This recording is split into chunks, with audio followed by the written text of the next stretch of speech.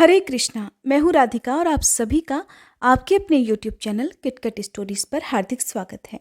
उम्मीद है आप में से बहुत सारे भक्तों ने इस बार निर्जला एकादशी का उपवास रखा होगा और आप जानना चाहते होंगे कि निर्जला एकादशी का व्रत कब खोलें, किस शुभ मुहूर्त में खोलें, व्रत में क्या खाना चाहिए क्या नहीं खाना चाहिए।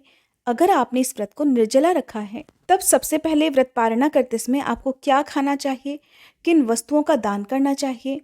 अगर आपने फलाहार के साथ में इस व्रत को रखा है तब आपको भगवान को क्या भोग लगाना है और खुद क्या ग्रहण करना है। एकादशी के दिन यदि आपने चौकी बिछाकर उस पर भगवान की प्रतिमा या तस्वीर की स्थापना की है तब आज उस चौकी का क्या करना है। इन सब बातों के साथ ही आप सुनेंगे द्वादशी की कथा भी, जो कि व्रत पारणा करते समय अनिवार्य रूप से सुननी चाहिए। इस बार निर्जला एकादशी है 31 मई बुधवार को और यही तिथि उदया तिथि के अनुसार और द्वादशी तिथि युक्त एकादशी है, जिसका व्रत रखना सबसे ज्यादा पुण्यदायी होता है।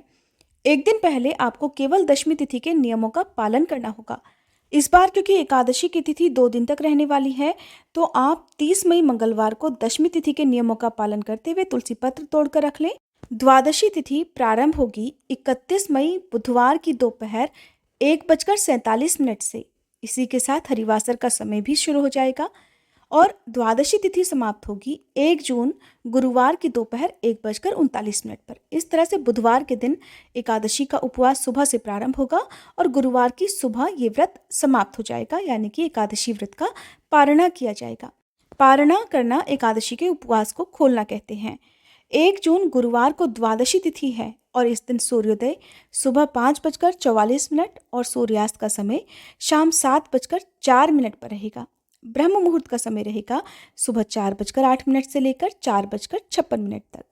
ब्रह्म मुहूर्त के समय भी आप भगवान की पूजा कर सकते हैं, लेकिन जो उपवास खोला जाता है वो हमेशा शुभ मुहूर्त में ही खोलना चाहिए, नहीं तो ये व्रत अधूरा ही रहता है।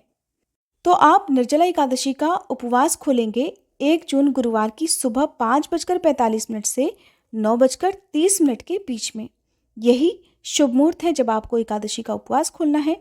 एकादशी उपवास खोलने के 2 सबसे अनिवार्य नियम हैं, जिनमें से पहला कि हमेशा सूर्योदय के बाद ही व्रत खोला जाता है और दूसरा हरिवासर का समय उपवास खोलते समय नहीं होना चाहिए। तो ऐसे में हरिवासर का जो समय है वो द्वादशी तिथि का पहला 1/4 पहर यानी कि शुरुआत के 5 से 6 घंटे का समय होता है, जो कि बुधवार को ही लगभग शाम तक समाप्त भी हो जाएगा। तो गुरुवार के दिन आपको केवल शुभ मुहूर्त की ही प्राप्ति होगी। इस बार एकादशी की जो तिथि है वो 2 दिन रहने वाली है। मंगलवार को दोपहर से तिथि प्रारंभ हो रही है। ऐसे में लोगों के मन में एक प्रश्न ये भी होगा, क्योंकि अक्सर लोग कमेंट बॉक्स में पूछते हैं कि जिस समय से तिथि प्रारंभ हो जाती है क्या उसी समय से हमें जल का और अन्न का त्याग करना चाहिए। तो देखिए, हमारे हिंदू धर्म में जो भी व्रत शुरू होते हैं वो सुबह सूर्योदय से प्रारंभ होते हैं। कुछ व्रत शाम को सूर्यास्त के बाद खोल लिए जाते हैं, कुछ अगले दिन सूर्योदय के बाद खोले जाते हैं, जिनमें से एकादशी व्रत एक है। तो इसलिए आप एकादशी का जो व्रत है वो केवल बुधवार की सुबह से शुरू करेंगे और गुरुवार को सुबह खोलेंगे। तो जल का जो त्याग है वो आपको दशमी तिथि की रात को, यानी कि मंगलवार की रात 12 बजे के बाद से त्याग करना है।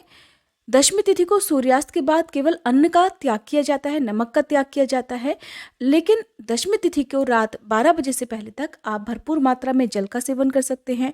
नींबू पानी, ग्लूकोज का पानी या लिक्विड चीज़ें जैसे कि फ्रूट जूस वगैरह आप भरपूर मात्रा में ले सकते हैं, ताकि अगले दिन व्रत रखने में आपको कोई भी परेशानी ना हो। निर्जला एकादशी का व्रत बहुत ही कठिन होता है। इस समय बहुत ज़्यादा गर्मी होती है।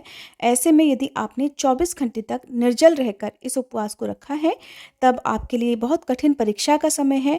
ऐसे में आप सुबह जल्दी उठकर स्नान आदि से निवृत्त हो जाएं, क्योंकि जब तक व्रत का पारणा नहीं किया जाता है तब तक जल की एक बूंद भी ग्रहण नहीं की जाती है। तो आप सुबह की पूजा करें, विधि विधान से भगवान विष्णु का, माँ लक्ष्मी जी का पूजन करें। दान में देने वाली जो भी सामग्री है, चाहे फल हो, मिठाइयाँ हो, जल से भरा हुआ घड़ा हो, सुराही हो या फिर मौसमी फल हो, जिनका भी आप दान अपनी सामर्थ्य के अनुसार करना चाहते हैं, उन्हें भी द्वादशी तिथि को सुबह मंदिर में रखें और भगवान को प्रणाम करें। द्वादशी तिथि को आप दान देने का संकल्प भी लें। संकल्प इस प्रकार लेना चाहिए कि हे श्री हरि, मैंने पूर्ण श्रद्धा और निष्ठा से, भक्ति भाव से निर्जला एकादशी का व्रत रखा। अगर इस व्रत को रखने में मुझसे कोई भी भूल चूक हुई हो तो हे श्री हरि, मुझे इसके लिए क्षमा कीजिएगा। आज द्वादशी तिथि के दिन मैं निर्जला एकादशी व्रत का पारणा करने जा रही हूँ और अपनी सामर्थ्य के अनुसार मैं जिस भी वस्तु का दान करूँ उसका पुण्य मुझ सहित मेरे परिवार को और मेरे पितरों को भी प्राप्त हो, ऐसा आशीर्वाद आप मुझे प्रदान करें। संकल्पित जल को भगवान के चरणों में अर्पित कर दिया जाता है। फिर धूप दीप जलाकर भगवान को चंदन का तिलक लगाएं, पीले पुष्प अर्पित करें, जनेऊ अर्पित करें, माँ लक्ष्मी जी का पूजन करें, भगवान कृष्ण की पूजा करें, अपने सभी आराध्य देवी देवताओं की पूजा करें। फिर पारणा की कथा भी आपको सुननी चाहिए। आज के दिन तुलसी जी की पूजा करके तुलसी जी में जल भी अर्पित करना चाहिए, क्योंकि एकादशी के दिन तुलसी जी में जल अर्पित नहीं किया जाता है। जो भी दान में दी जाने वाली सामग्री है उसका पूजन आप करें। फिर सबसे अंत में आरती करके भगवान को भोग लगाएं। भोग आप किन वस्तुओं का लगाएंगे? वैसे तो हर एकादशी व्रत में फलों का भोग सबसे ज़्यादा अच्छा माना जाता है, शुभ माना जाता है, तो फलों का भोग आप लगा सकते हैं, जिनमें पीले फल जरूर शामिल करें। मौसमी फलों में आप खीरे का, तरबूज का, खरबूज या केले का आप भोग लगा सकते हैं। साथ में तुलसी पत्र जरूर रखें। तुलसी पत्र यदि आप तोड़ना भूल गए हैं तो अपने आप गिरे हुए तुलसी पत्र भी गंगा जल से धोकर आप भगवान विष्णु को आज के दिन अर्पित कर सकते हैं। केवल भगवान विष्णु और भगवान श्री कृष्ण को तुलसी पत्र अर्पित किए जाते हैं। माँ लक्ष्मी जी को या भगवान गणेश को तुलसी पत्र अर्पित ना करें। शुभ मुहूर्त के अंदर अंदर ही आपको किसी योग्य व्यक्ति को जो भी दान की सामग्री है वो दान में देनी चाहिए, या आप गौ माता को गौग्रास देकर फिर शुभ मुहूर्त में ही अपना व्रत खोल सकते हैं। छत पर चिड़ियों के लिए दाना पानी रखकर आप उपवास खोल सकते हैं। यानी कि खुद भोजन ग्रहण करने से पहले या व्रत खोलने से पहले आपको किसी न किसी रूप में दान जरूर देना होता है और उसके बाद ही व्रत खोलना होता है। तो जब आप दान दे दें या जिस तरह से भी आप गौग्रास देना चाहते हैं उस तरह से गौग्रास देने के बाद अपनी दाहिनी हथेली में 3 बार आचमन के जितना जल लेकर और एक तुलसी पत्र रखकर उसे पानी के साथ निगल लें। इस प्रकार से आपका एकादशी का उपवास खुल जाएगा। और फिर उसके बाद आप भरपूर मात्रा में, यदि आपने निर्जल व्रत रखा है तो भरपूर मात्रा में आपको जल का सेवन करना चाहिए, ग्लूकोज आदि का या फ्रूट जूस का सेवन आपको करना चाहिए, क्योंकि निर्जला रहने वाले लोगों को केवल लिक्विड चीज़ों से ही पहले उपवास खोलना चाहिए, उसके बाद ही भोजन आदि या फल आदि ग्रहण करने चाहिए। कई बार लोग इस व्रत को निर्जल नहीं रख पाते हैं, तब भी ऐसे में आपको कोशिश यही करनी चाहिए कि केवल जल और तुलसी पत्र से ही व्रत का पारणा किया जाए। उसके बाद आप फलों का सेवन कर सकते हैं। शुद्ध सात्विक भोजन भगवान को भोग लगाकर उसे आप प्रसाद रूप में ग्रहण कर सकते हैं। ध्यान रखें कि आज के दिन बनाया हुआ भोजन शुद्ध सात्विक होना चाहिए, लहसुन प्याज का प्रयोग ना हो सके तो भगवान को भोग में लगाने वाला जो भोजन है वो घी में बनाना चाहिए, सरसों के तेल का प्रयोग नहीं करना चाहिए। इस प्रकार से आप सुबह के समय अपने व्रत का पारणा कर सकते हैं। कई बार लोग पूछते हैं कि हम सुबह को भोजन शुद्ध सात्विक करते हैं तो क्या शाम को हम लहसुन प्याज खा सकते हैं? तो देखिए, जो एकादशी व्रत के नियम हैं उनका पालन पूरे 3 दिन तक करना होता है। यही कारण है कि दशमी तिथि को किया गया भोजन भी शुद्ध सात्विक हो और द्वादशी तिथि को जो आप भोजन करते हैं वो भी शुद्ध सात्विक हो, यानी कि उसमें लहसुन प्याज ना पड़ा हो। अधिकतर लोग व्रत का पारणा चावल से करते हैं, चाहे वो मीठे चावल हों या दही के साथ में चावल हों। तो आप अगर इस नियम का पालन पहले से करते आए हैं तो आप भी चावल ग्रहण कर सकते हैं। द्वादशी तिथि को चावल भी खा सकते हैं, चावल खाना शुभ माना जाता है और चावलों का दान भी कर सकते हैं, लेकिन एकादशी के दिन चावल का दान नहीं करना चाहिए। यहाँ तक कि भगवान विष्णु को जो आप तिलक लगाते हैं उसमें अक्षत का प्रयोग भी नहीं किया जाता है। अगर आप इस दिन कलश की स्थापना कर रहे हैं, यानी एकादशी के दिन कलश की स्थापना कर रहे हैं, तो उसमें भी अक्षत का प्रयोग आपको नहीं करना चाहिए। आप फूलों का प्रयोग कर सकते हैं। कलश के नीचे जब हम स्वास्तिक बनाते हैं तो फूलों से स्वास्तिक बना सकते हैं, या आप केवल फूल भी अर्पित कर सकते हैं। अगर आपने चौकी की स्थापना की हुई है तो सुबह द्वादशी को व्रत खोलने के बाद ही चौकी हटानी चाहिए और यथाविधि जिस प्रकार से आप हमेशा चौकी हटाते आए हैं उसी प्रकार से चौकी हटाएं। भगवान विष्णु की प्रतिमा या तस्वीर को वापस से मंदिर में रखें। जो पीला वस्त्र आपने बिछाया है आप उसे फिर से अगली पूजा में प्रयोग कर सकते हैं। लड्डू गोपाल जी को भी इस दिन आपको केवल शुद्ध सात्विक भोजन का ही भोग लगाना चाहिए।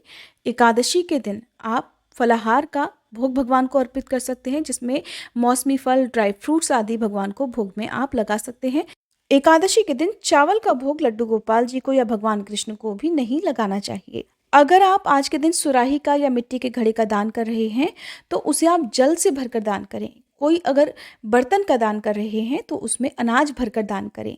और यदि आप आज के दिन अपने निर्जला एकादशी व्रत का उद्यापन करना चाहते हैं या एकादशी व्रत का उद्यापन करना चाहते हैं तो काले और सफ़ेद तिल मिलाकर आपको हवन भी करना चाहिए। कोशिश करें कि पंडित जी को बुलाकर आप हवन करवाएं। कई बार लोगों के लिए ऐसा संभव नहीं हो पाता है, तो आप खुद भी सुबह पूजा करने के बाद हवन कर सकते हैं। सबसे पहले आपको एक दिन पहले उपवास रखना चाहिए, फिर द्वादशी तिथि को विधि विधान से आपको हवन करना चाहिए। हवन करने के बाद सभी एकादशी व्रतों का मन में ध्यान करते हुए आपको प्रभु से क्षमा याचना करनी चाहिए और उसके बाद आपकी जो भी मनोकामना है उसकी पूर्ति के लिए प्रार्थना करनी चाहिए। अगर आपकी मनोकामना पूर्ण हो गई हो और आपने कोई खास मन्नत मांगी हो तो उस प्रकार से आपको अपना उद्यापन संकल्प के अनुसार ही पूरा करना चाहिए। आज के दिन पंडित जी को दान में आप पीली सामग्री का दान जरूर करें, पीले वस्त्र, धोती आदि, और साथ में पीला कोई भी फल होना चाहिए, पीली दाल हो, हल्दी हो, उनका सेवन आप साथ में जरूर करें। इसके अलावा आपकी जैसी सामर्थ्य हो आप उनका दान कर सकते हैं। उद्यापन के दिन अपनी अपनी सामर्थ्य के अनुसार भगवान विष्णु और माँ लक्ष्मी जी की चाहे सोने की, चांदी की या मिट्टी की प्रतिमा का दान भी मंदिर में आपको देना चाहिए। अक्सर निर्जला एकादशी व्रत के पारणा के दिन महिलाओं या कन्याओं ने जिन्होंने उपवास रखा है, अगर पीरियड्स हो जाएं और आपने एकादशी का व्रत तो रख लिया लेकिन द्वादशी तिथि को आप पूजा करने की स्थिति में नहीं हैं, तो ऐसे में आप पूजा की किसी भी सामग्री को ना छुएं। अपने घर के किसी भी सदस्य से आप अपने नाम की पूजा करवा सकते हैं, अपने नाम से दान निकलवा सकते हैं।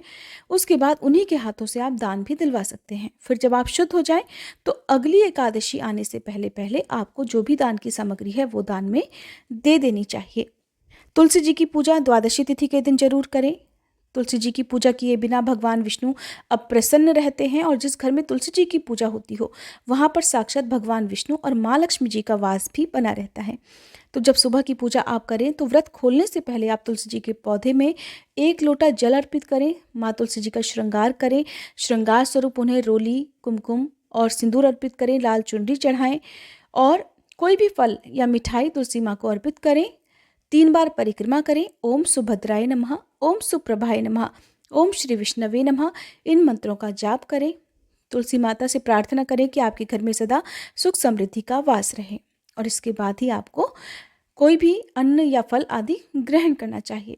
अब सुनिए द्वादशी तिथि के दिन सुनी जाने वाली कथा, जिसे आपको हर एकादशी व्रत के पारणा के दिन जरूर सुनना चाहिए। पौराणिक कथा के अनुसार राजा अम्बरीश राजा नाभाग के पुत्र थे। वह 7 द्वीपों के राजा थे। बहुत ही ब्रह्मज्ञानी और विष्णु भक्त भी थे। वह भगवान विष्णु की कथाएं सुनते और हर दिन मंदिरों में दर्शन करने जाते। भगवान विष्णु की भक्ति के आगे वह अपना घर, अपनी पत्नी, पुत्र, धन धान्य सभी को तुच्छ समझते थे। एक बार भगवान विष्णु को प्रसन्न करने के लिए उन्होंने साल भर अपनी पत्नी सहित एकादशी का व्रत रखा। कार्तिक मास में जब उनके साल भर के एकादशी व्रत पूर्ण हुए तब उन्होंने 3 दिनों तक उपवास किया, भगवान विष्णु का विधि विधान से पूजन किया और ब्राह्मणों को 60,000 गौओं का दान भी दिया। संत महात्माओं को अपने राजमहल में बुलवाकर भरपूर दान दिया और उन्हें भोजन करवाकर संतुष्ट किया। राजा अम्बरीश जब ब्राह्मणों को भोजन करवाने के पश्चात शुभ मुहूर्त में पारण करने लगे तब उसी समय दुर्वासा ऋषि अतिथि के रूप में वहां पधारे। राजा अम्बरीश ने दुर्वासा ऋषि का पूजन और स्वागत किया और भोजन के लिए विनती की। तब दुर्वासा ऋषि कहने लगे कि राजन, मैं पहले यमुना नदी में स्नान करके उसके बाद भोजन करूंगा। ऐसा कहकर दुर्वासा ऋषि स्नान करने चले गए। उधर द्वादशी तिथि बीतने में बस कुछ ही मुहूर्त बाकी था, जिस मुहूर्त में व्रत का पारण करना आवश्यक था, नहीं तो राजा का व्रत निष्फल हो जाता और साल भर किए गए व्रत भी निष्फल हो जाते। क्योंकि एकादशी व्रत का पारण हमेशा शुभ मुहूर्त में करना चाहिए। द्वादशी तिथि बीतने के बाद व्रत का पारण किया जाए तो वो व्रत अधूरा रहता है और भगवान विष्णु भी उस व्रत से संतुष्ट नहीं होते। इधर मुहूर्त बीता जा रहा था और उधर अभी तक दुर्वासा ऋषि स्नान करके वापस नहीं आए थे। इसलिए राजा अम्बरीश दुविधा में पड़ गए।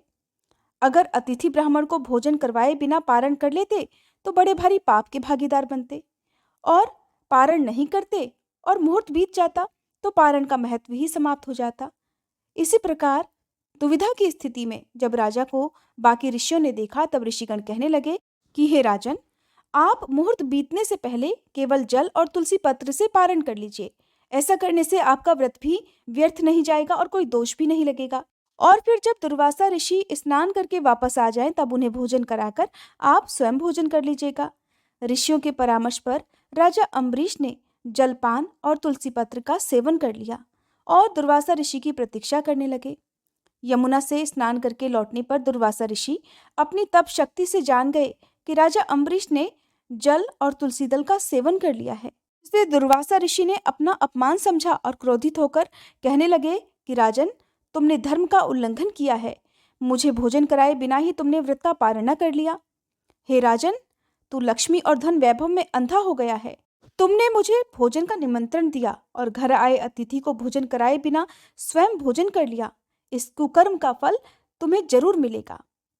दुर्वासा ऋषि अपने क्रोध के लिए जाने ही जाते हैं।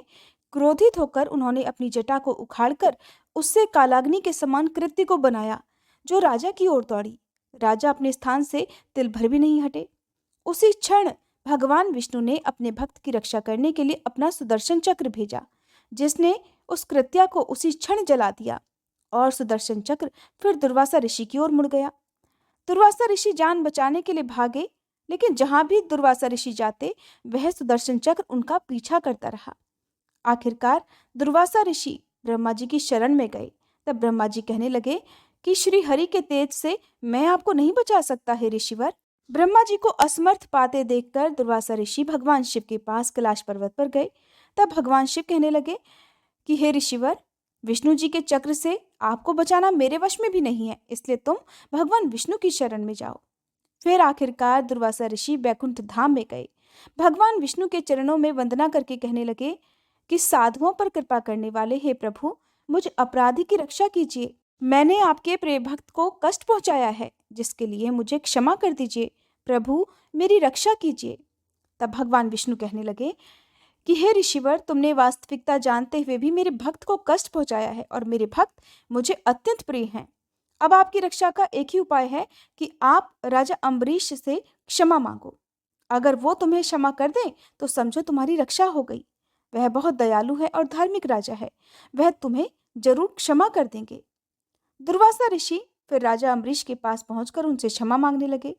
मुनिवर को दुख में देखकर राजा अम्बरीश को बहुत दुख हुआ। तब उन्होंने भगवान विष्णु के सुदर्शन चक्र को शांत करने के लिए स्तुति की। स्तुति सुनकर सुदर्शन चक्र शांत हो गए और वापस लौट गए। दुर्वासा ऋषि भी सुदर्शन चक्र के ताप से मुक्त होकर सुखी हो गए और फिर उन्होंने राजा को आशीर्वाद दिया। फिर कहने लगे कि हे राजन, आप बहुत बड़े धर्मात्मा और दयालु हैं। आपने मेरी दुष्टता को भुलाकर मेरी रक्षा की। दुर्वासा ऋषि को सुदर्शन चक्र के भय से मुक्ति में 1 वर्ष व्यतीत हो गया था, लेकिन राजा अम्बरीश दुर्वासा ऋषि की प्रतीक्षा में 1 वर्ष तक केवल जल पीकर ही रहे। सुदर्शन चक्र से मुक्ति के पश्चात उन्होंने दुर्वासा ऋषि को भोजन करवाकर तृप्त किया और दुर्वासा ऋषि की आज्ञा के बाद फिर उन्होंने भोजन किया। इसके पश्चात दुर्वासा ऋषि अपने लोक को चले गए और राजा भक्ति के साथ राज्य करने लगे। अगर आपको ये जानकारी पसंद आई हो तो प्लीज़ वीडियो को लाइक जरूर कीजिएगा।